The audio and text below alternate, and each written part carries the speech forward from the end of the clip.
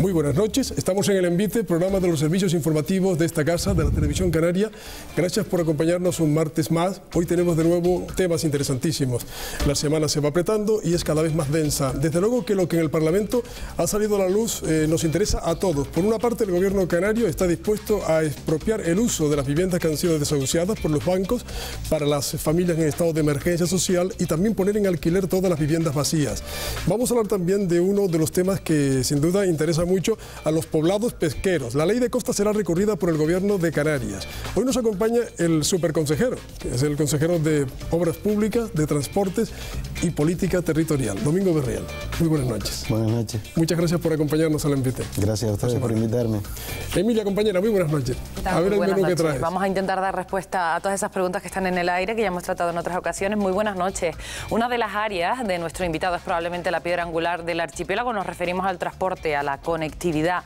Desde Canarias se reclama al Estado la cogestión de los aeropuertos canarios, una reivindicación que hasta ahora ha caído en saco roto, a pesar de la importancia que tienen estas instalaciones para nuestro desarrollo económico. Entre las últimas demandas se contempla la ampliación de los horarios. El Gobierno ha calificado de inaceptable que tenga que solicitar a Madrid esta ampliación. Hay otros frentes abiertos, como son las bonificaciones a las tasas aéreas, que pueden tener una incidencia directa en la llegada de turistas a las islas. ¿Cómo se resolverá este asunto? ¿Llegará este tema a los tribunales? Y otro asunto de máxima actualidad es el de los desahucios. El Partido Popular finalmente se quedó solo en la aprobación en el Congreso de los Diputados en la reforma de la ley. La iniciativa popular que proponía la modificación de la ley fue retirada en última instancia al ver que el nuevo texto no contemplaba sus demandas. La más importante, la de la dación en pago. Hoy en el Parlamento de Canarias el presidente del Gobierno ha anunciado una serie de medidas para tratar de que se pongan en alquiler las casas vacías, como decía Carmelo. De esas medidas hablaremos enseguida con nuestro invitado de hoy. La pregunta que nos hacemos es si el proyecto de ley que quiere aprobar el gabinete de Rajoy resuelve este problema social. Muchas voces se preguntan ahora si esta nueva ley resuelve realmente el problema. Y posiciones encontradas siguen presentando las prospecciones petrolíferas en las islas. Nuestro invitado ha dicho recientemente que pondría en riesgo el turismo como motor de la economía y que este asunto no es una cuestión de creencias, sino de defensa de los intereses generales del archipiélago. También ha dicho que Canarias podría convencer a Marruecos para evitar esos sondeos. La postura del gobierno español es totalmente contraria a la del gobierno canario. ¿Hasta dónde se llegará para evitar las prospecciones? Bien, pues de esto y otros muchos asuntos hablaremos esta noche con nuestro invitado y también con los periodistas que esta noche nos acompañan. Se los presento. Está con nosotros Enrique Betancourt, subdirector del Espejo Canario. Buenas noches, Enrique. Muy buenas noches, Emilia. Bienvenido. También nos acompaña Santiago Negrín, jefe de informativos de Radio Club Tenerife Cadena SER. Buenas noches, Santi. Buenas noches, encantado de estar aquí. Bienvenido. Manuel Mederos, director adjunto de Canarias 7. Buenas noches, Manuel. Hola, buenas noches. Encantada que estés con nosotros. Tinerfe Fumero, del Diario de Avisos. Buenas noches, Tinerfe. Buenas noches. Bueno, pues cuando quieran ya tenemos periodistas presentados, a nuestro invitado, las cartas sobre la mesa. Carmelo, es tu turno. Sí, ahí tenemos que empezar el programa, le invite por su propio nombre, como su propio nombre indica. Consejero, por las cartas que le voy a dar, 4 cartas para que usted elija un palo. Y ese será el periodista que le haga la primera pregunta de la noche. ¿Con qué paquete de temas que hay esta noche?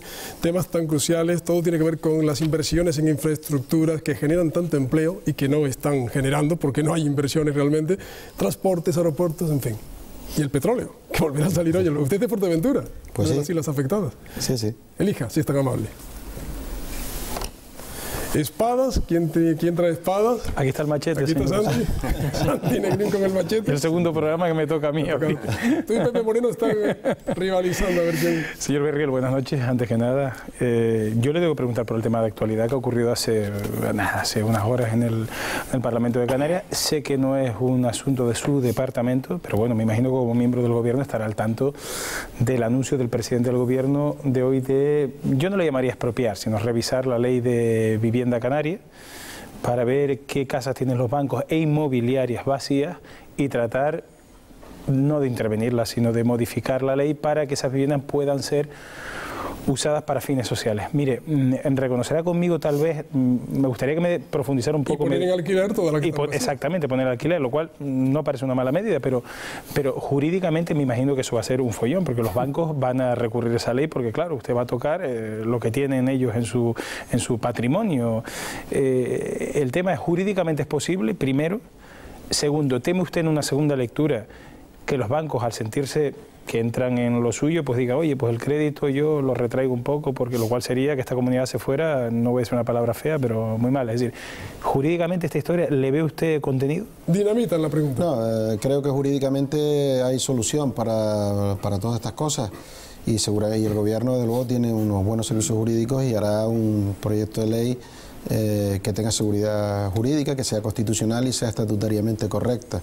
Yo creo que tampoco el presidente ha planteado una cuestión que vaya contra los intereses de los bancos de forma, digamos, que sea algo contrario a la Constitución o a las normas, sino que vamos a tratar de buscar una solución, por un lado, que incentive efectivamente esa posibilidad de mantener la vivienda a aquellas personas que por circunstancias de la economía y por las circunstancias coyunturales estas que están pasando, pues tengan que perder todo lo que han dado y su vivienda, que es lo único que tienen. Entonces será un paquete de medidas. Como el Gobierno de Canarias no tiene potestad para poder hacer decretos leyes y por tanto poderlo hacer con una rapidez enorme, como ha hecho Andalucía, porque no está en el Estatuto de Autonomía vigente, pues tendremos que hacer una corrección de la ley de vivienda. Pero insisto, yo creo que habrá también un espacio de negociación con las entidades de crédito y también con los empresarios. Y bueno, el gobierno hace mucho tiempo que viene llevando una política de vivienda importante, de viviendas sociales, pero ahora hay un momento concreto y crítico y el gobierno no puede permanecer impasible, por tanto tendrá que actuar. Yo sé la primera pregunta, yo creo que sería, muy breve. Yo creo que sería bueno decirle a la gente ¿cuánto tarda una ley en ser modificada en el Parlamento? Porque mucha gente va a estar pendiente de esto. Depende.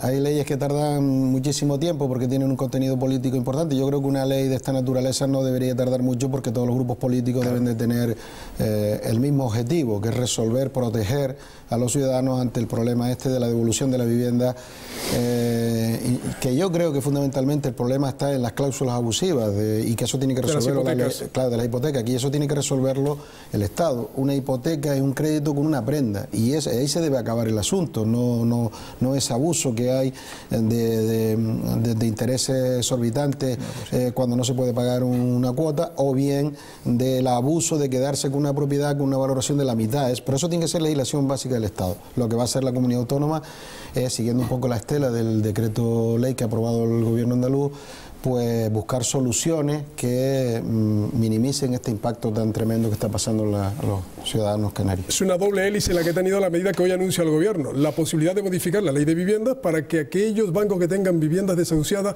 de familias que estaban muy mal en emergencia social puedan ser intervenidos o expropiados temporalmente por 3 años para que sean usadas por las familias y que todas las viviendas que están vacías puedan ser alquiladas. Son temas de carácter muy social.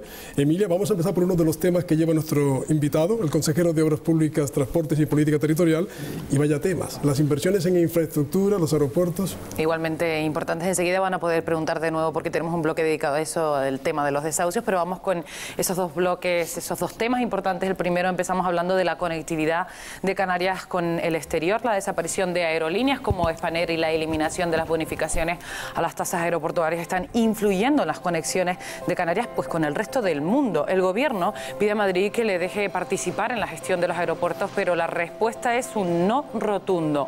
En los últimos meses ha disminuido el número de conexiones y han aumentado los precios de los billetes. La última demanda ha sido que el aeropuerto de Tenerife Norte pueda ampliar su horario de funcionamiento. AENA se ha comprometido a estudiar esa petición, aunque no da garantías de nada. Las carreteras de las islas son también una prioridad para el Ejecutivo Autónomo. Había un convenio firmado para ejecutar obras importantes, pero los recortes presupuestarios han obligado a paralizarlas. Pendiente de su ejecución quedan, por ejemplo, la vía que conecta a Gaete con la aldea de San Nicolás en Gran Canaria o el cierre del anillo insular en Tenerife. Las partidas procedentes de los presupuestos estatales han pasado de 207 millones de euros a 57.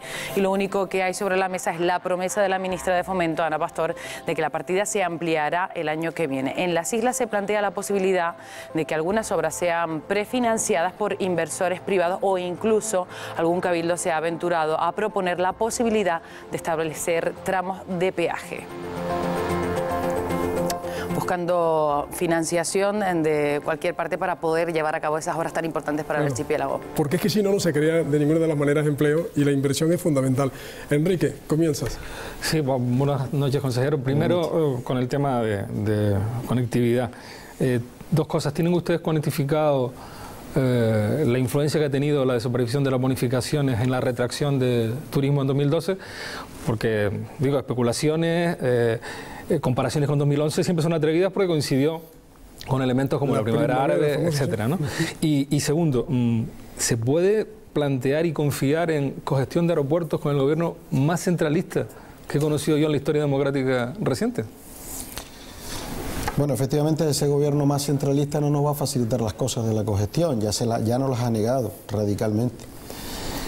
Otra cuestión es que la cuantificación sí la tenemos y la tuvimos también de lo que pasó en el 2011. Sabíamos en el 2011 que era debido a la primavera árabe y que fue debido a la bonificación de las tasas.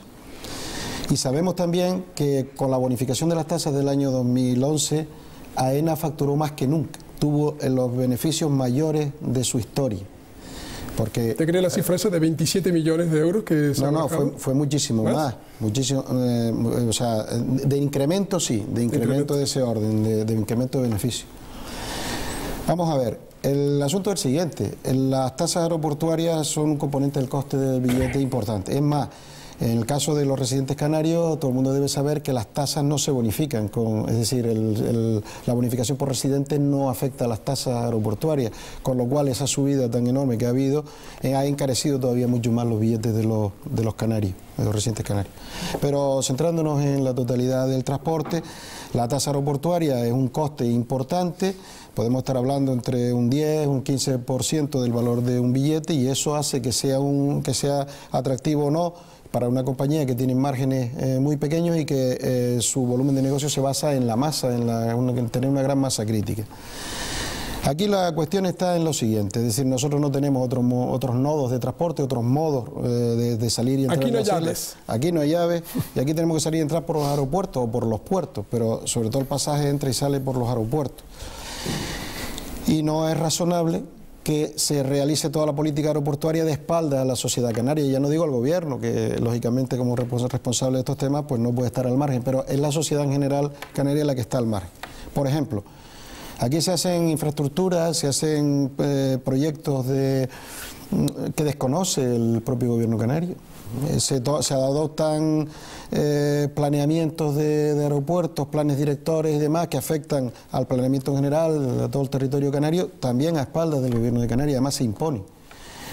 Y lo lógico es que en una cuestión de este tipo, que por cierto pagamos todos los canarios hasta la última peseta de inversión y además se tiene que saber que los aeropuertos dan beneficio en Canarias después de amortizar las inversiones, de pagar impuestos y después de pagar también los déficits que algunos aeropuertos de islas que no tienen tanto tráfico generan. El conjunto, la red de aeropuertos canarios, lo que nosotros llamamos la red de aeropuertos canarios, da beneficios al Estado, beneficios que se van para otros déficits que tiene AENA. Pero Canarias está absolutamente ajena de las decisiones que se toman en los aeropuertos, no tiene ningún tipo de control. Así como en los puertos ahí se consiguió una cogestión, es decir, hay sentados en el Consejo de Administración de la Autoridad Portuaria las instituciones de las islas, los empresarios, los usuarios del puerto, el gobierno, en fin, están todos, y está el Estado también. Pues en el caso de aeropuertos es imposible. Pues aquí le voy a pedir una cosa, aprovechando esa pequeña pausa. Usted yo sé que sabe hacerlo y los periodistas también, la mayor brevedad posible porque el paquete de hoy es bastante denso. Manolo. Dos cuestiones, consejero. Primero, buenas noches. Buenas noches. Dos cuestiones. Incidiendo en lo que le preguntaban sobre AENA, ¿ustedes aún albergan esperanza de poder cogestionar AENA cuando el proyecto del PP o el proyecto del Gobierno de la Nación es la privatización? Y además, lo de la privatización yo creo que a Canarias le afectaría mucho más, de forma mucho más grave que tal como ahora mismo está. Y la segunda cuestión, es evidente que en las tasas aéreas la intervención es del Estado, las tasas las regula el Estado, pero las bonificaciones son discrecionales, es decir, el Gobierno de Canarias también podría adoptar una política de bonificaciones a vuelos. ¿Por qué no se ha hecho? No, vamos a ver, son dos cosas distintas. Nosotros no esperamos, porque ya nos ha dicho, ya nos lo ha negado el Estado, de que vaya a permitir una cogestión. El Estado efectivamente tiene su proyecto es privatizar el 49% de la sociedad a capital privado. Por eso está haciendo ahora unas restricciones de gastos muy importantes, que se observan incluso en la calidad del servicio, para sacar el 49% a acciones privadas, y luego el 20% más sacarlo a concesión administrativa. Para nosotros eso es una gestión indirecta total. Y nosotros tenemos una potestad en nuestro Estatuto de Autonomía que dice que si el Estado no se reserva la gestión directa de los aeropuertos, es Canarias quien tiene la competencia. Por tanto, nosotros hemos advertido al Estado que o bien llegamos a un acuerdo para la cogestión de los aeropuertos en Canarias, o ejerceremos nuestras potestades, nuestros derechos estatutarios, y exigiremos la transferencia de los aeropuertos a Canarias. Sabemos que esto no va a ser pacífico, pero nosotros estamos convencidos que eso en un tribunal constitucional lo ganaremos. Tiene razón. Sí, buenas noches, don Domingo. Buenas noches. Ahondando solo una cosita más con respecto a los aeropuertos, me extraña no oírle una cosa. Ha explicado que los aeropuertos, la red de aeropuertos canarios es rentable, incluso abonando lo que pierden los pequeños aeropuertos, pero ¿no cree si sería más rentable aún esa red en caso de que se optimase la gestión, tal y como apuntan algunos informes, como uno de la Cámara de Comercio de 2011 de Tenerife? Y la otra pregunta es, lo llamaba Carmelo el superconsejero, y usted cuando va a Madrid se convierte en el superconsejero del no, ¿verdad? Porque las negativas al convenio de carreteras, las negativas a la cogestión de los aeropuertos y demás. Y le voy a hacer una pregunta sencilla. ¿Toda esa retahíla de no, usted la achaca solo a los recortes, o entiende que hay, como mucha gente en su partido, hay una voluntad política de boicotear la acción de gobierno a través del presupuesto, del gobierno autonómico? Bueno, a mí no me gusta especular, pero lo que sí puedo garantizar es que hay una insensibilidad al menos, una total y absoluta insensibilidad con nuestros problemas al menos, porque no es defendible que a nosotros se nos recorten las inversiones en Canarias, que ya están por debajo de la media nacional muchísimo. Que me explique alguien por qué un ciudadano en el territorio peninsular tiene una mayor inversión por habitante que en Canarias. O que me expliquen a mí por qué un convenio firmado y rubricado y aprobado por el Consejo de Ministros, es decir, con la garantía del Estado... El de carreteras. El de carreteras, por ejemplo, pero también en otros de turismo, etcétera, ¿no? El de carreteras es escandaloso el tema. Pues no se cumple y se pasa a una cantidad testimonial. Porque nosotros entenderíamos una reducción, dada la situación en la que está, que yo personalmente le ofrecí una solución al Ministerio de reducir en estos momentos de 207 millones de anualidad a 150 millones. Creo que es razonable, es mucho más reducción que la que ha tenido el Estado en su política de carretera. Yo efectivamente tengo que decir que sí, que el otro día, sobre todo en esta última visita, tengo la sensación y el resquemor de haber perdido el pasaje. De haber perdido el pasaje. Sí. Baratos no están, ¿eh? No, aquí tuvimos... Pero, consejero, las relaciones, al menos lo que se dejó ver del presidente de la comunidad autónoma con la ministra Pastor, eran buenas. Parecía que estaban desbloqueados, y incluso la ministra... El tema de las tasas. Hubo un acercamiento en el tema de las tasas, en el tema de las carreteras, etcétera, etcétera. Ahora, cuando se baja el nivel, se bloquea. Incluso, No. Manolo, en el tema de costas, que he visto que ahora ustedes presentan un recurso al Tribunal Constitucional. Pero en fin, no quiero cambiarle la pregunta. No, a Manolo decirle, vamos a ver, las relaciones son educadas, cordiales. Bueno, Nosotros nos sentamos entre personas siempre, educadas. ¿no? Ahora, después en el fondo de la cuestión, pues nos venimos sin nada. Es decir, es más, con la ministra se había acordado, el presidente del gobierno, el secretario de Estado estaba, la ministra y yo, acordamos que yo me reuniría con el secretario de Estado en reuniones posteriores para ir materializando una serie de temas que pusimos ahí. Pero yo me he venido con las manos vacías, claro. O sea, que la ministra dice que sí, y luego en los niveles... Bueno, Ahí se pierde. Debajo de la ministra dio un pase de capote o un pase torero para que lo resolviéramos el secretario de Estado y este consejo. Mire, y de momento no se ha resuelto nada, de momento. Mire, consejero, no, una cosa de verdad, que yo creo que a media Canarias, que tiene que trasladarse todos los días de un lado para otro, tiene hablando solo. Es decir, ¿cómo vamos a solucionar el tema de los billetes aéreos? O sea, los billetes se están poniendo en 400 y 500 euros. Ustedes, de alguna manera, tendremos que arreglar el tema. La gente dirá, oiga, no, que yo entro en un buscador y tal. Sí, se lo buscas con meses. Si yo me con mucha antelación. Sí, con mucha antelación. Si yo me tengo que ir de 3 días por un tema de trabajo, por un tema médico, voy a pagar 500 euros de billete. ¿Alguna solución habrá que buscarle a esto? Claro.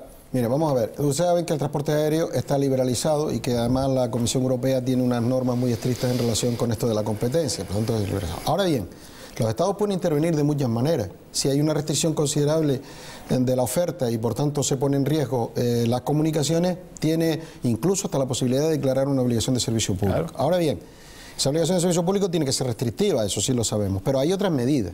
¿Qué le propusimos nosotros al Estado, conscientes de que efectivamente los billetes están no solo muy caros, sino que además en determinadas coyunturas los billetes se ponen prohibitivos y la gente que tiene que viajar en esos momentos paga todo el plato roto de toda la política económica de las empresas? Entonces, ¿qué le propusimos en concreto nosotros al Estado? Le dijimos, oiga, tengamos un observatorio común, una comisión entre el Estado y la Comunidad Autónoma de Canarias, que primero establezca un protocolo por el cual se establezcan cuáles son frecuencias, precios y demás en cada una de las islas que tienen que estar garantizadas para la conexión con la península. Y si no se llegan a esos umbrales, hay que tener en ese protocolo cómo se tiene que actuar. Es decir, qué fórmulas ponemos en marcha. Hay muchas. O por lo menos hay más de una que no sea solo la obligación de servicio público. Pero eso tampoco ha sido acogido. Es decir, esa posibilidad de tener una comisión mixta concreta para este asunto en concreto no ha sido tampoco recogido. Enrique. Bueno, eso parece ser el común de las relaciones con Canarias, no solo con su departamento, ¿no? Bueno, por lo menos a usted creo que lo saludaron, ¿no? No, a mí me saludan. Pastor le saluda. Otros tienen menos suerte que usted. Yo quería unir ese tema al tema turístico, si es posible preguntar sobre ese asunto, ¿no? Hay en este momento una discusión sobre una ley fundamental. Cuando estamos hablando de turismo, cualquier cosa que se haga es importante. Y estaba escuchando esta mañana al responsable del Consejo Económico y Social, el señor Redondo, y planteaba dos incógnitas o dos críticas a la ley, que era, por un lado, el que no se tengan en cuenta los modelos insulares de desarrollo turístico, y en segundo lugar, que no se haga como las directrices el tema de los plazos, o sea, que cada 3 años se revise o no. ¿Esos dos temas están absolutamente cerrados o en el debate parlamentario hay posibilidades de cambio? Siempre hay en el debate parlamentario introducción de enmiendas, ¿no? Ahora bien, la idea de fuerza de la ley es porque, primero, la ley ya no es la ley de directrices que estableció Esta es la ley que cambia la moratoria, ¿no? Es decir, aquí no estamos hablando ya de moratoria. Moratoria, como su nombre indica, es un paréntesis. En un tiempo determinado. Tiempo determinado. Los tribunales incluso no permitirían que eso fuera sine die, es decir, que ya hay que poner una ley reguladora. Y la idea de fuerza de la ley es muy clara. En Canarias tenemos que provocar una rehabilitación masiva de alguna tarea que no se ha hecho y se tenía que haber hecho. Y por tanto hay que poner en calidad para poder seguir siendo competitivo. Y es una cuestión de interés general. Y la ley se centra en una serie de incentivos y en una serie de cuestiones para que se rehabilite. Y entonces la ley lo que viene a decir es, oiga, si usted hace hoteles de mucha calidad, esos hoteles de 5 estrellas, no le voy a exigir que tenga que sacar una autorización previa. Pero si no lo hace así, tiene usted que sacar una autorización previa. Y esa autorización previa vendrá como consecuencia de la rehabilitación que se haga. Es decir, si se rehabilita un número de camas, se obtienen muchas más camas. Claro, porque se ha entendido que la única posibilidad de tener más posibilidad de camas y que sea económica el sector es renovando, mejorando la calidad. Como consecuencia de esa renovación se da mejor posición en el mercado y por tanto se puede permitir incrementar el número de camas. Esa es la idea de la ley. Por eso, si se bajan, como algunos quieren, el listón de que a los hoteles de 4 estrellas pues también se les permita sin ningún tipo de restricción y por tanto que las autorizaciones no vengan de la rehabilitación es ineficiente, no se hará. Manuel Mederos. Ese es el problema. Sí, yo quiero volver al tema de los billetes porque antes dejé una pregunta sin contestar. Sí, no porque el tema de los billetes es un tema que nos está afectando a todas las empresas porque ven el perjuicio gravísimo al turismo, porque hace poco Canarias 7 publicábamos el informe de la Consejería de Turismo sobre la conectividad y turismo, y los billetes, por ejemplo, de Londres aquí se han puesto por las nubes, con lo cual eso repercute gravemente en el turismo. ¿La comunidad autónoma tiene alguna competencia? ¿Puede establecer algún tipo de bonificaciones que restablezcan las líneas que, por ejemplo, Ryanair ha abandonado con Canarias? Vamos a ver, el presidente ha anunciado una política de incentivación turística que trata de paliar esa reducción de las bonificaciones de las tasas aéreas, que es una partida presupuestaria que se piensa habilitar para incentivar a las compañías que por primera vez abren nuevos mercados, etcétera, y de alguna manera pues posibilitar esa incentivación a que vengan más turistas. Ahora bien, eso es limitado, porque limitados son los recursos de Canarias. Y, hombre, vamos a ver, lo lógico es que hay unos aeropuertos que están dando beneficios. Ajusten los beneficios y reduzcan los precios. Lo que no parece lógico que tenga que ser el gobierno de Canarias, que no participa en nada en la política aeroportuaria y que desde luego no recibe nada a cambio de ese beneficio, sino que es el Estado, porque encima los impuestos se pagan en el Estado también, los impuestos de AENA los pagan en el Estado, y que encima tenga que habilitar para sustituir esa bonificación que, por otro lado, como dije antes, resulta que era positiva desde el punto de vista del resultado económico para AENA. Es decir, AENA baja ahora mismo sus tasas aeroportuarias y seguro que gana dinero. Este Están bloque equivocados. se lo ha llevado claramente el tema aeroportuario, que es clave para Canarias. Pero, consejero, aunque nos está pellizcando el tiempo, no puedo pasar por alto la pregunta de carreteras. Díganos usted, si pueden, en pocas palabras, ¿el anillo insular está bloqueado en Tenerife o saldrá el tramo que resta? Agaete, La Aldea. ¿Cómo están? Las obras que están paralizadas en principio y que los empresarios están armando un tremendo cabreo porque dicen que no salen. Claro, es que si de 207 millones que teníamos para pagar esas certificaciones se pasa a 54, de esos 54 tenemos que pagar expropiaciones y una serie de certificaciones y demás, pues claro, todo eso se resiente. Porque el gobierno de Canarias, que tiene una financiación muy deficiente, como ustedes saben, recursos propios, digamos, de otros servicios para carreteras, pues no puede desviar con una facilidad, no tiene esa posibilidad. Entonces, eso tenía, porque está por derecho propio, porque lo dice una ley del REF y demás, que se tiene que hacer a través de un convenio con el Estado que tiene que financiar esas obras. Y así las teníamos programadas. Pero, ¿Qué va a pasar ahora? ¿Qué va a pasar ahora? Bueno, efectivamente usted ha nombrado algunas obras, como por ejemplo el cierre del anillo insular de Tenerife, que nos quita el sueño, evidentemente.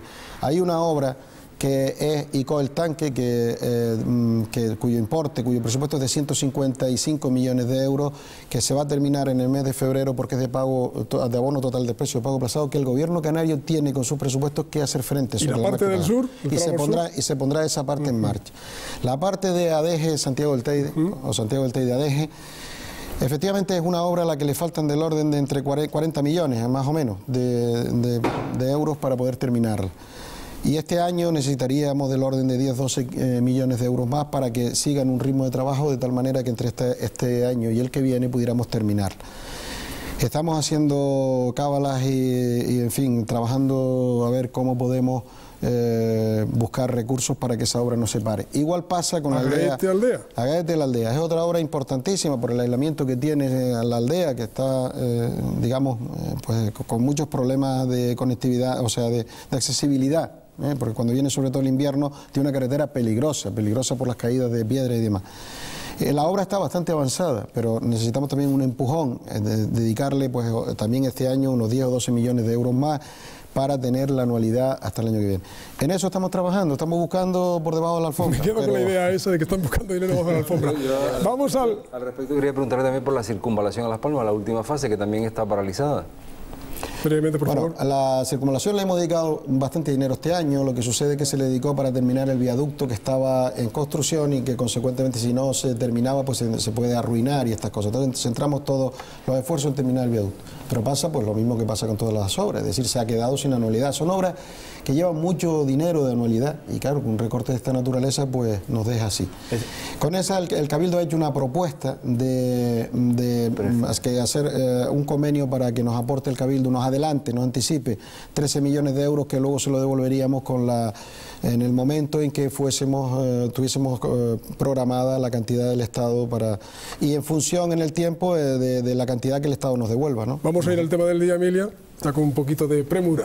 Ya Santiago Negrín lo anunciaba al comienzo del programa. Vamos a entrar en el tema de desahucios. La Comisión de Economía del Congreso aprobó el pasado jueves, con los únicos votos del Partido Popular, el proyecto de ley que afronta el problema de los desahucios. Es un texto alternativo a la iniciativa ciudadana presentada por la plataforma Stop Desahucios. La iniciativa legislativa popular de la plataforma reclamaba la dación en pago, cuestión que la nueva normativa recoge solo en casos extremos. Esto quiere decir que si el banco se queda con nuestra casa, en ese momento la deuda queda resuelta. En el exterior del Congreso se manifestaban los miembros de la plataforma antidesahucios. Paulino Rivero considera insuficientes las medidas adoptadas por el Partido Popular y este martes ha anunciado en el Parlamento un proyecto ley que se tramitará por la vía de urgencia, que tiene como objetivo poner en alquiler todas las viviendas que estén vacías en las islas.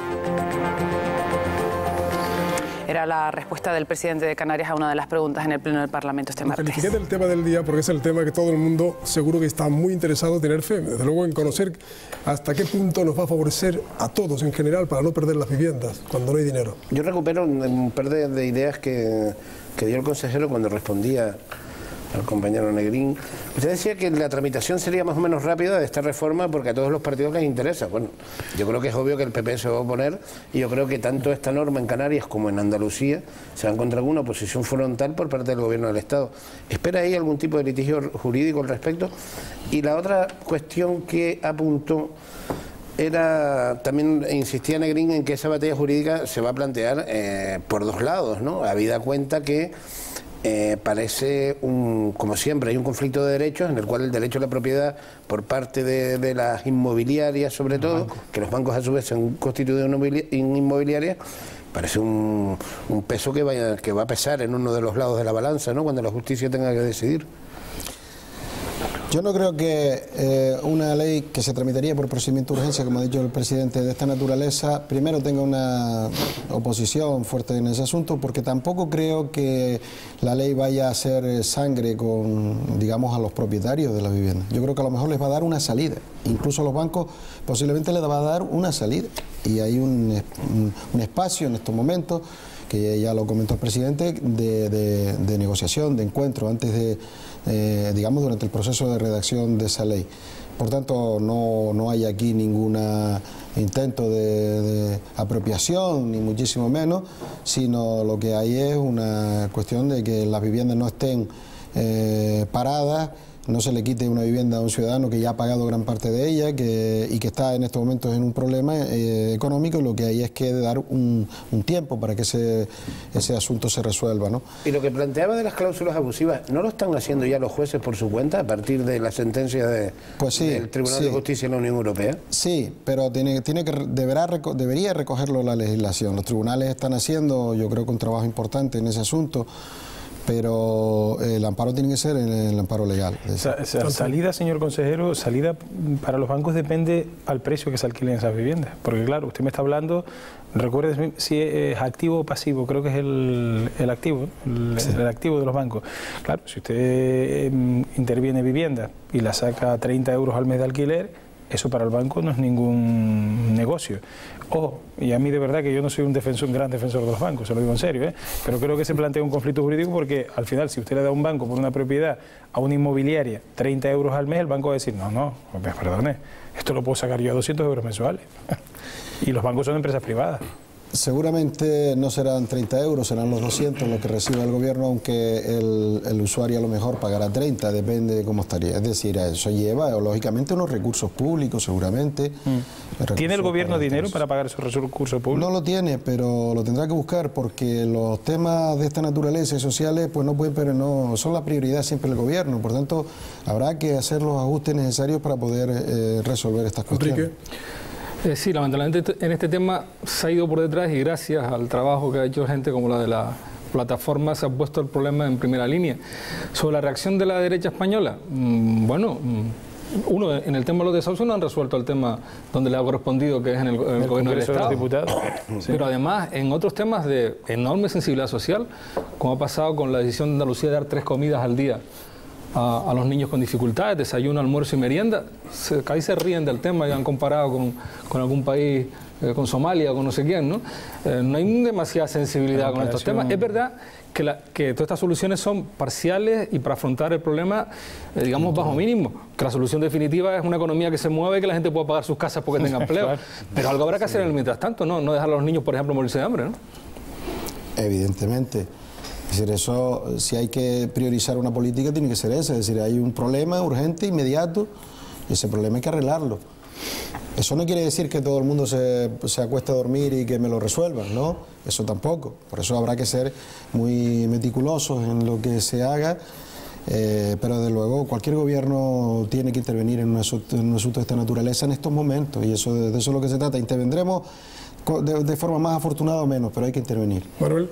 Sí, lo que pasa es cómo se interviene, porque yo, leyendo lo que declaró el presidente del gobierno, me genera dudas, porque él habla de expropiación, habla de un justiprecio, que no sé quién lo establecerá, dice que puede ser los tribunales, a través de los tribunales, habla de mediación con los bancos, de presupuesto, o sea, todavía no me queda, no me queda claro. Parece, igual que la ley del Estado, la que se aprobó hace poquito, me resultó una ley cobarde, y cobarde porque no acomete el problema en toda su dimensión, solo una cuestión, un dato, es decir, para acceder a las ayudas que la ley prevé, hay que tener rentas de menos de 19.000 euros y niños de menos de 3 años a tu cargo, con lo cual restringes muchísimo el ámbito de la ayuda. No, el presidente se refería a expropiaciones de uso, en principio. También se puede expropiar un uso, incluso temporalmente.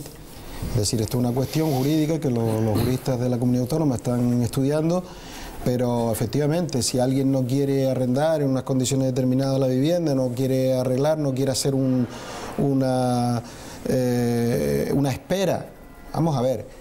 En una sociedad cualquiera entra en crisis, lo primero que se hace es un concurso de acreedores donde hay una quita o una espera. Pues ¿por qué no puede hacerse una cosa similar aquí? Oiga, usted espérele a este señor hasta que su economía pueda mejorar, porque está en una situación ahora generada por un problema global, un problema de una crisis que la propia sociedad ha generado. Entonces, ¿por qué no puede hacer una espera? Es que los bancos no van a nada más que a recibir beneficios, y no también la sociedad no les va a exigir algo de todo lo que les aporta. Es que no es justo de que todo el esfuerzo económico que ha hecho la sociedad para sanear los bancos ahora resulta que no sean sensibles ante eso. Pues ante eso habrá que aplicar la ley a tope, en todo lo que se pueda. ¿Y qué es lo que habrá que hacer? Pues si hay que hacer una expropiación de uso temporal y demás, pues habrá que hacerlo. Todos estos temas... Y yo creo que eso es jurídicamente posible. Que hemos venido analizando en el Envite, somos testigos y ustedes también durante los últimos meses, tienen que ver con desahucios, paro, niños desnutridos, todo a partir de un monumental error de cálculo, porque estas políticas de austeridad, no queda tiempo para ello, se basaban en unos estudios académicos que estos días se han revelado erróneos. Estaban mal calculados los datos sobre cómo afectaba eso a la economía y por qué genera tanto empleo, tanto desempleo y tanta miseria. Pero ¿qué tema es ese para un monográfico del Envite? Entramos en un tema recurrente, Emilia, las prospecciones. Es un tema que no puede fallar porque sigue siendo polémico. Exactamente, entramos en otro asunto. Las prospecciones petrolíferas siguen en primer plano de la actualidad. Nuestro invitado, el consejero de Obras Públicas, Transporte y Política Territorial, Domingo Berriel, ha vuelto a rechazar recientemente la autorización de prospecciones petrolíferas, tanto por sus riesgos ecológicos como por ser producto, según él, de un decretazo del Ministerio de Industria. Berriel considera que Canarias no puede asumir un riesgo que no tiene una contrapartida en absoluto para el bienestar de los canarios y que además cuenta con el rechazo por parte de las islas más directamente afectadas. Las prospecciones para el consejero pondrían en riesgo el turismo como motor de la economía. El consejero ha llegado a recomendar al PP canario que tome nota de sus compañeros de partido en Valencia, que sí se niegan a que haya sondeos en ese litoral. Y otro asunto, la gestión de los puertos canarios también es un asunto importante en el que están puestas muchas miradas por su actividad comercial y por el espectacular aumento en la llegada de cruceros. En 2012 Canarias recibió 125.000 cruceristas más que en el año anterior, mientras que el resto de puertos españoles, excepto Barcelona y los de Baleares, perdieron clientes.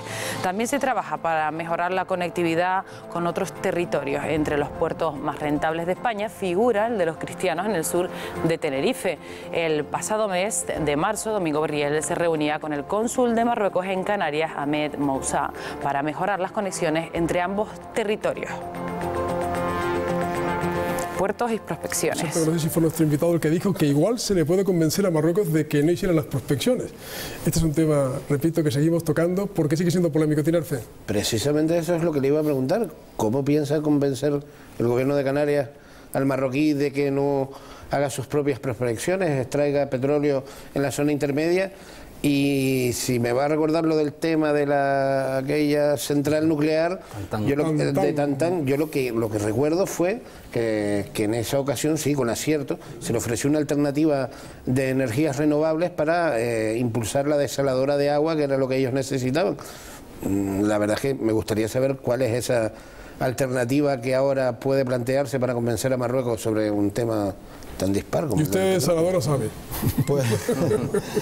Pues la negociación diplomática, como es la obligación del Estado hacer, porque no nos olvidemos una cosa, los Estados tienen la obligación de garantizar el que no exista contaminación transfronteriza, y los Estados firman esos acuerdos internacionales, y Marruecos y España lo tienen firmado.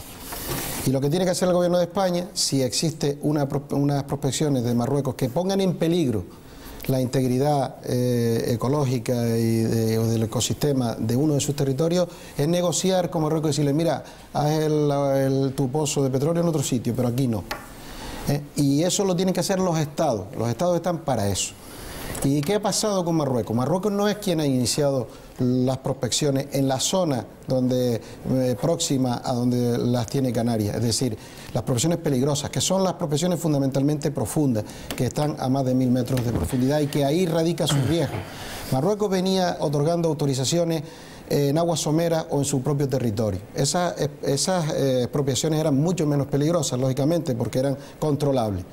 Pero resulta que cuando España se ha puesto a dar autorizaciones en cerca de la mediana, de alguna manera, pues indicándole a Marruecos cierto acto de soberanía, Marruecos ha hecho lo mismo. Cuando uno tiene una frontera que no está delimitada y otro hace un acto de soberanía, la otra nación hace lo mismo. Sí. Y por lo tanto, lo que tiene que hacer España es dejar de hacer ese tipo de autorizaciones peligrosas para que el otro Estado también deje de hacerlas ahí de forma peligrosa y exigirle que lo haga. Señor Berriel, usted lleva años en política, además yo lo considero no solo un buen político, sino un técnico bastante inteligente. ¿No confiará usted en que el gobierno del Estado, que le ha dado las prospecciones y autorizaciones ya para empezar a estudiar a la compañía Repsol, vaya ahora a decir, muy bien Canarias, no se preocupen, yo ahora voy a buscar una solución diplomática para que Marruecos no haga eso? Ustedes están en un tema de confrontación con el Estado y además el Estado tiene una política clara con el tema de las prospecciones. ¿No irán a esperar ustedes que el gobierno del Estado diga ahora, no, hombre, vamos a buscar una solución diplomática? Si me permite, si me permite para completar, no esperan en la misma línea, no esperarán ustedes que Marruecos, que ha hecho 10 concesiones administrativas, ahora se retracte y busque la manera de decirle a las compañías multinacionales a las que se las ha concedido que se acabó. Sí, que pasa nada. ¿Alguna reflexión más, Enrique, también para completar el marco de las reflexiones? En primer lugar, el Estado no suele hacer mucho caso a lo que dice Canarias, fundamentalmente, y en este caso además está completamente plegado a los intereses de una empresa que es muy legítimo, que es la que va a explotar esa concesión, Repsol, que es la que se va a llevar los beneficios, y España, en este caso Madrid, el Estado se llevará el porcentaje. Bueno, yo que poner un impuesto, ¿no? Sí, pero eso no está todavía resuelto. No está. De momento el impuesto de sociedades va a Madrid. Es verdad, si nosotros fuéramos un Estado sería distinto. Si Canarias fuera un Estado, ese petróleo sería nuestro, lo podríamos gestionar como hace, por cierto, Noruega y otros países, que es puramente público y por lo tanto los beneficios que han aquí, pero con el modelo actual no parece que la beneficio en Canarias. ¿Ha escuchado usted? ¿Tiene usted que reflexionar? No, les doy la razón. El Estado no va a hacer nada de eso.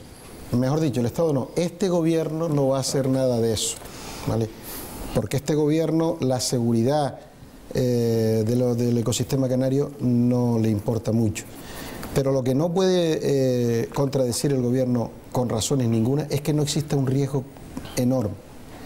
Mire, hace 3 años, otra empresa muy especializada, que era British Petroleum, recordarán ustedes que tuvo un tremendo accidente en una extracción profunda. Cuando sucede un accidente en una extracción profunda, a más de 1000 metros de profundidad, eso es absolutamente incontrolable. Por mucho que se diga, nosotros tenemos la tecnología.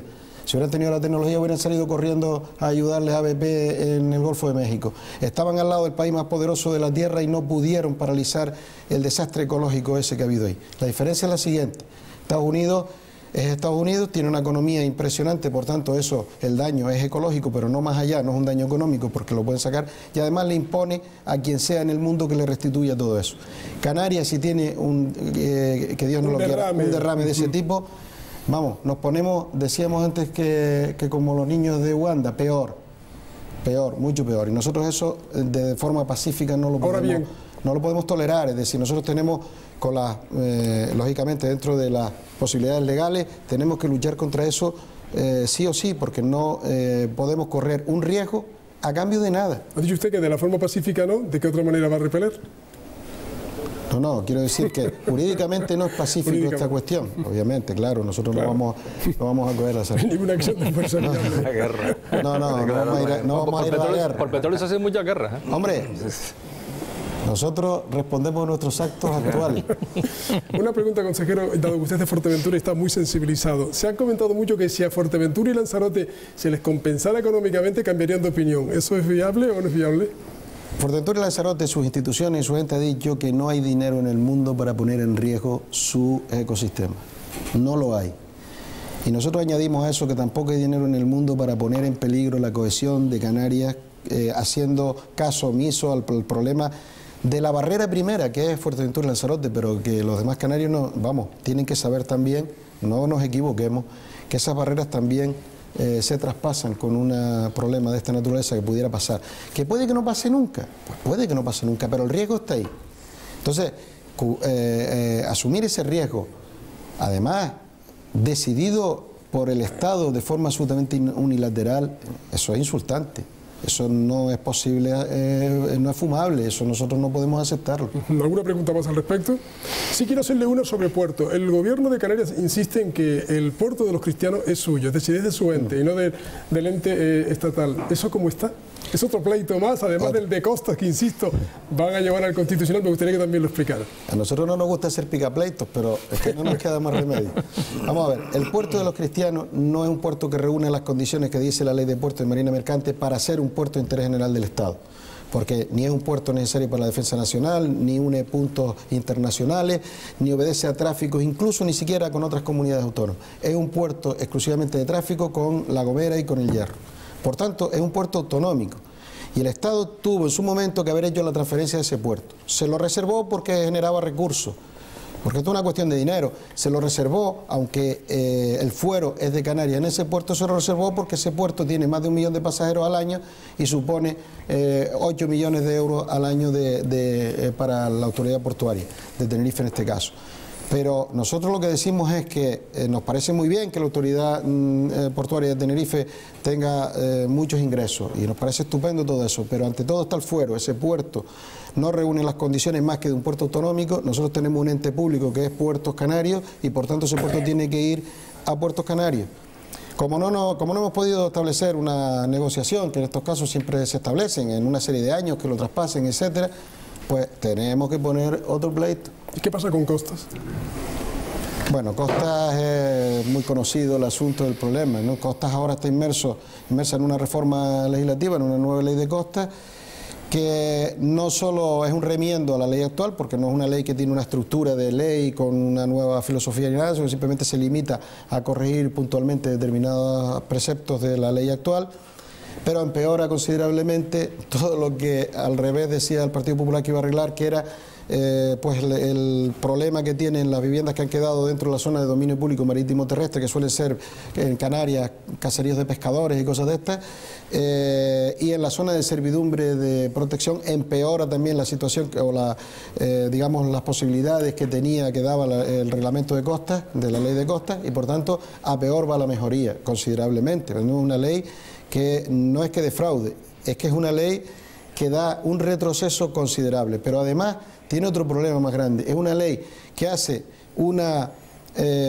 singular y específica exoneración de cumplimiento de esa parte de la ley a un territorio determinado, es decir, hace una dispensa de su aplicación a determinados territorios en la península, de urbanizaciones que yo me atrevería a calificarla de alto standing, mientras el resto del territorio que tiene estos problemas de caseríos de pescadores y cosas de estas, nada entra, ¿no? Entonces es una ley que nosotros entendemos que va a ser inconstitucional porque falta el principio de igualdad, y por otro lado aplica en la zona de servidumbre de protección una retroactividad de la ley obligando a los ayuntamientos que lo que ya está clasificado como urbano en el litoral tengan ahora durante 3 meses, en el plazo máximo de 3 meses, que notificárselo al Estado para que haga ahora un informe vinculante de si lo mantiene como urbano o no. De manera que va una ley desastrosa. Claro. Te llaman antes que este era otro de los temas que aparentemente había acercamiento.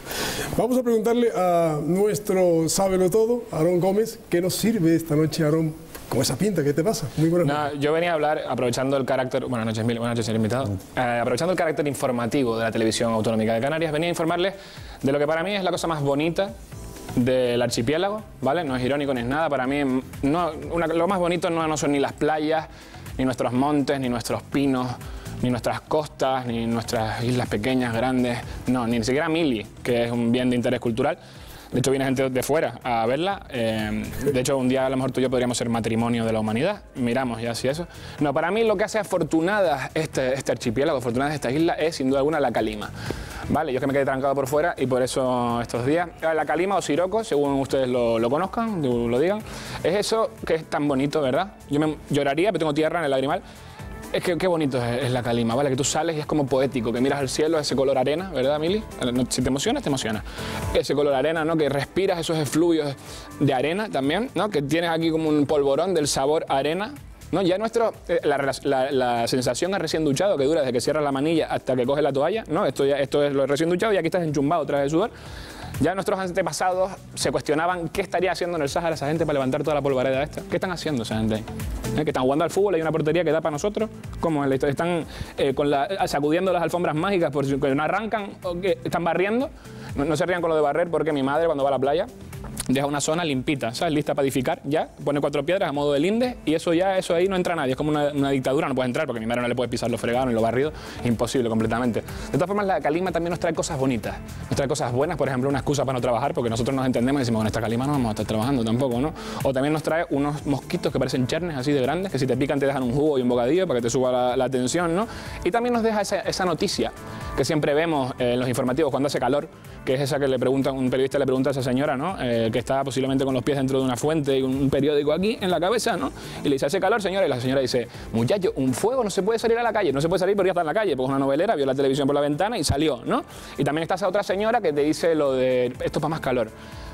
¿Cómo va a ser para más calor? Ya no queda más calor, señora. O sea, nos trajimos el último que quedaba en el Sáhara, no hay más calor, ¿no? También nosotros no empanamos la comida, nos empanamos nosotros mismos. El Día Mundial de la Tierra, que fue el lunes, lo celebramos de manera literal. Y solo hay 2 formas de sobrellevar estas temperaturas, estos climas, estas olas de calor. Una es meterte en un centro comercial, que es un microclima en sí mismo, ahí entras y sales, esos efectos sauna, te deja la piel y todo lo que no es la piel te lo deja perfecto. O hacer uso de esa frase tan bonita canaria que dice, vete por la sombrita, así que vayan por la sombrita y hasta la semana que viene. Muchas gracias, Aarón. La calima que hay entre los dos gobiernos, entre el gobierno canario y el gobierno central, que no se ven, ¿no? A pesar de que tanto interés tenemos todos en que se arreglen los problemas. Es su turno, Emilia, es su turno, consejero, porque le van a ofrecer a usted un fototest con imágenes de la actualidad internacional. Exactamente. Con nuestra compañera. Exactamente. Vamos a enseñarle, a mostrarle las imágenes que tenemos para hoy. En este caso, la primera pues ha sido muy comentada, sobre todo esta semana. Enseguida la vamos a ver. Esta imagen, pues prácticamente ha dado la vuelta al archipiélago. Yo creo que Tinerfe, antes te referías a ella, apareció en el periódico Canarias 7 y habla acerca de que el ministro de Industria, Energía y Turismo, José Manuel Soria, pues le niega el saludo al presidente de Canarias, a Paulino Rivero. ¿Qué le han dicho o qué le pareció? ¿Qué le parece a usted esta fotografía? No hemos comentado nada. ¿No se ha comentado? No. Yo no he tenido la oportunidad de comentarlo, francamente, pero no. Al parecer fue un incidente protocolario, quizá. Sí, estos incidentes protocolarios yo creo que no son deseables, ¿no? Las instituciones se deben respetar siempre, ¿no? No parece que, aunque exista discrepancias y sean serias, las instituciones y quienes representamos las instituciones tenemos que tener en ese sentido respeto al protocolo y a lo que significan las reglas de educación. Bueno, pues vamos con la segunda fotografía. En este caso hablamos de Venezuela. Venezuela dividida. Por un lado, Maduro ha hecho reformas en su gobierno, ha nombrado incluso ha creado una vicepresidencia económica. Por el otro lado, Capriles, que está esperando como agua de mayo ese recuento de votos. ¿Cómo ve usted esa situación? Hombre, preocupante cuando no hay un ganador así que sea aceptado por la otra parte. La democracia es un acuerdo, y el acuerdo es que el que gana, gana, y el otro hace la oposición al que gana. Eso tiene que ser diáfano, claro. Cuando una sociedad como Venezuela pues está dividida así, no es gratificante, no es bueno, ¿no? Vamos a ver, esperemos que todo discurra de acuerdo a la normalidad. Vamos con la tercera fotografía. Hablamos en este caso de los presuntos autores del atentado de Boston, de la maratón de Boston. Finalmente se ha podido detener, aunque herido, sin poder hablar prácticamente al segundo de ellos, el hermano más pequeño. Al parecer se le va a hacer un juicio, pues no militar, un juicio ordinario. Se comunica a través de papel, dice que lo idearon entre los dos, que el hermano fue el que lo ideó. Lo cierto es que, pues actuando por su cuenta, ha acabado con la vida de 3 personas y ha herido a más de 170. Pues sí, es una cosa terrible, sobre todo viendo esas caras de gente joven, de chicos jóvenes, el segundo niño, ¿no? Eso es terrible. ¿Qué pasa por esas mentes, no?, para hacer esas barbaridades? Y al mismo tiempo también es una sociedad esa la americana, muy práctica, pero que tiene unas cuestiones también que desde nuestro punto de vista son infumables. Por ejemplo, aún así, cuando se dice que será interrogado ese chico sin presencia de abogado, ¿no?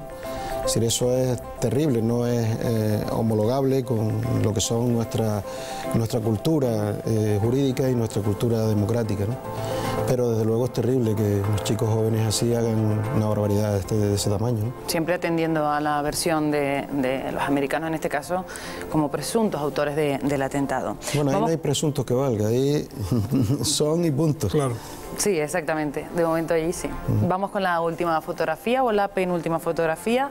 En este caso hablamos pues del año difícil que está viviendo la monarquía. El rey ha aparecido recientemente, ayer mismo aparecía. Hoy los príncipes de Asturias han sido pues quizás algo abucheados. También se ha sabido que al final no se le retira el pasaporte a Iñaki Urdangarín, que podrá viajar a Qatar. ¿Cómo ve usted el panorama de la monarquía española? Los momentos que está viviendo. Yo creo que con preocupación, porque cuando, en fin, las instituciones del Estado tienen este tipo de percepción por los ciudadanos, pues que no será cualquier otra cosa, ¿no? Es decir, lo que tienen que mantener las instituciones son la confianza en los ciudadanos. La confianza, fundamental, que cuando el Estado dice una cosa, pues se tenga confianza, y cuando una institución dice una cosa, se tenga confianza. En este caso, la Casa Real tiene que ser un ejemplo de comportamiento, y evidentemente ahí hay una quiebra importante que esperemos que se pase página cuanto antes. Bueno, y con la última fotografía ya terminamos el fototest. En este caso nos vamos a referir al caso Bárcenas, con todo lo último que se ha sabido. Pues habrá una sentencia ejemplar. La presidenta de la Comunidad de Aragón ha dicho que el caso Bárcenas ha sido todo un lastre para el Partido Popular. ¿Cómo ve usted este caso? ¿Habrá sentencia ejemplar? Bueno, yo creo que tiene que haber sentencia, y todas las sentencias tienen que ser igual de ejemplares. Lo que no puede ser es que una sentencia sea más intensa o no que otra en función de la presión mediática, la presión social o lo que sea. Las sentencias tienen que abstraerse, en eso los jueces tienen que estar en lo único, que tienen que estar en una urna es cuando están deliberando y poniendo una sentencia. Por tanto, a mí me parece que ni ejemplar ni nada, tiene que ser una sentencia justa, y que la palabra de una sentencia tiene que ser que sea justa. Y que no tarde mucho, ¿verdad? Bueno, es que si tarda es injusta. Ese es el problema. Y ese es el problema precisamente de lo que está pasando con las resoluciones judiciales, que en gran parte son injustas porque son extemporáneas, porque tardan muchísimo, y cuando vienen pues ya su efecto no es ejemplarizante ni repara nada. Bueno, pues muchísimas gracias por la participación en el fototest. Carmelo, cuando quieras. No vamos a tardar nosotros, vamos directamente ya al apartamento de Wilson Roth, que siempre nos sorprenden. A ver esta noche.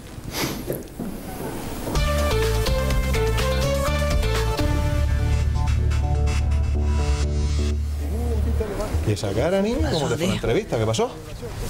¿Qué va? Al final no era lo que yo esperaba, tío. Pero ¿cómo no puede ser, tío? Si nos pegamos esta noche inventándonos el currículum tuyo, ¿cómo es?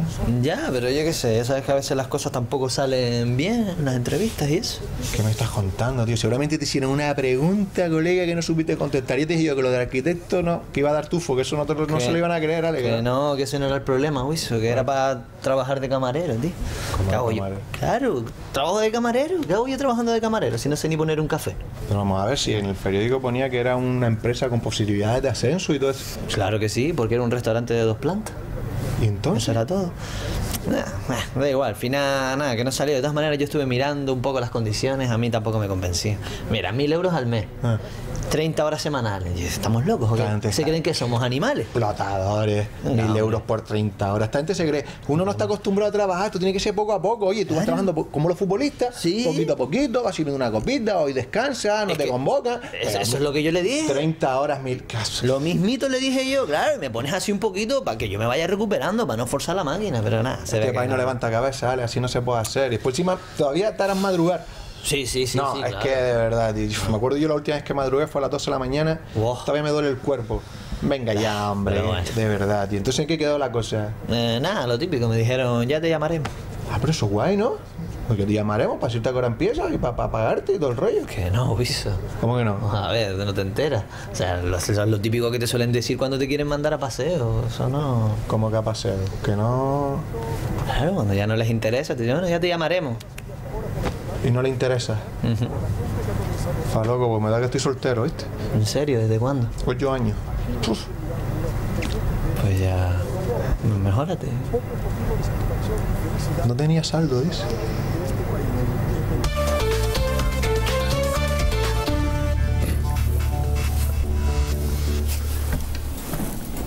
Y tras Wilson Roth vamos a cerrar el programa, como siempre, 30 segundos para reflexionar en voz alta, a ver qué nos dicen los periodistas sobre qué tema destacaría cada uno y qué comentario cada uno hace también. Enrique.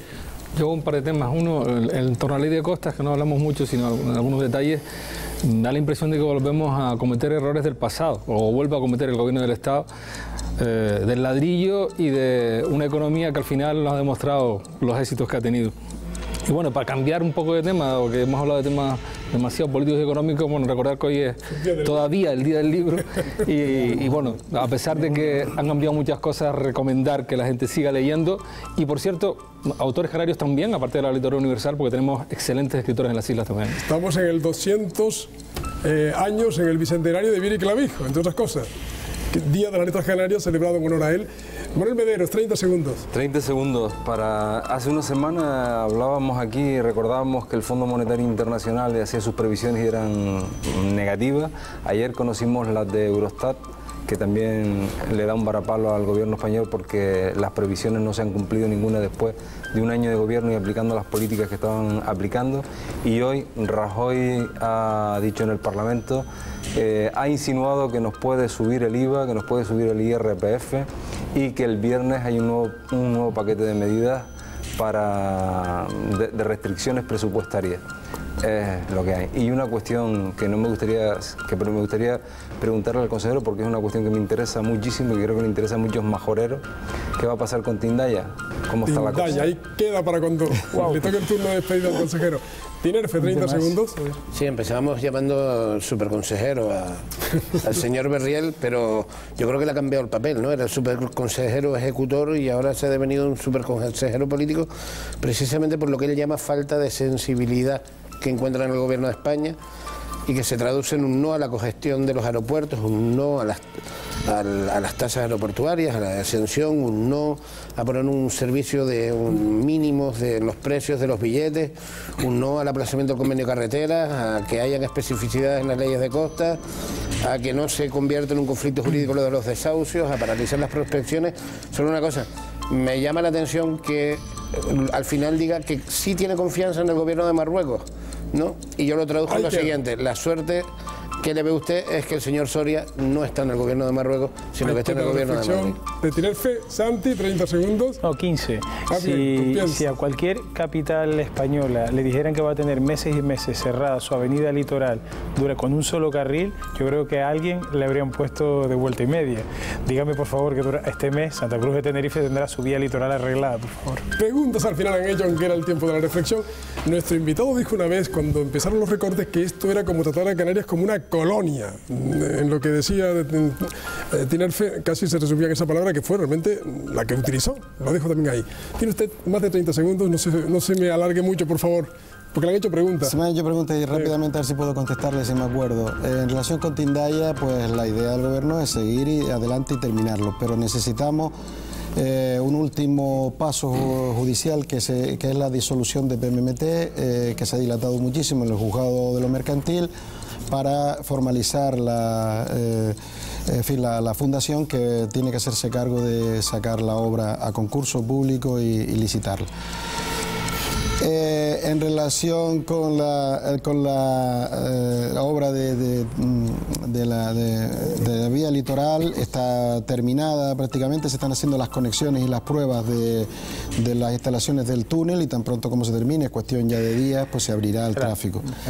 Y en relación con lo que comentaba Tinerfe, nunca he tenido la sensación de ser súper consejero. Lo que pasa es que efectivamente a lo mejor ahora me tengo que dedicar más a la reflexión política ante la imposibilidad de ejecutar materialmente más cosas por estos recortes tan enormes, tan drásticos. Recortes que ya advertimos que nada bueno iban a traer ni a la economía ni a nada. Porque esto es como cuando un vehículo va solo cuesta abajo, se mete uno corriendo en el vehículo para frenarlo. Si lo frena de golpe, a lo mejor tiene un accidente. Esto es lo que ha pasado aquí. Alguien se ha metido a tratar de resolver un problema por imposición extranjera, por imposición de Alemania, y ha puesto un frenazo radical que la economía no ha podido metabolizar, y consecuentemente ese es un grave problema, porque inmediatamente lo que ha metido a España en una recesión, cosa que mucha gente, entre otros yo, ya advertí en su momento, incluso en el Parlamento. Pues consejero, gracias por haber estado en el envite. Hasta una próxima oportunidad. Ha sido un placer. Muy amable. Muchos temas, indudablemente le agradecemos su vocación de síntesis. Emilia, hasta la próxima semana. Hasta la próxima semana. Gracias, compañera. Y a ustedes, compañeras, hasta una próxima oportunidad a los cuatro. A ustedes, como siempre, ya lo dijo antes Enrique, lean, les quedan unas horas para cumplir con el día. Un saludo a los soldados que van de Canarias a Afganistán, que vuelvan todos sanos y salvos, y muy buenas noches y ojalá que buenas noticias. Hasta la próxima.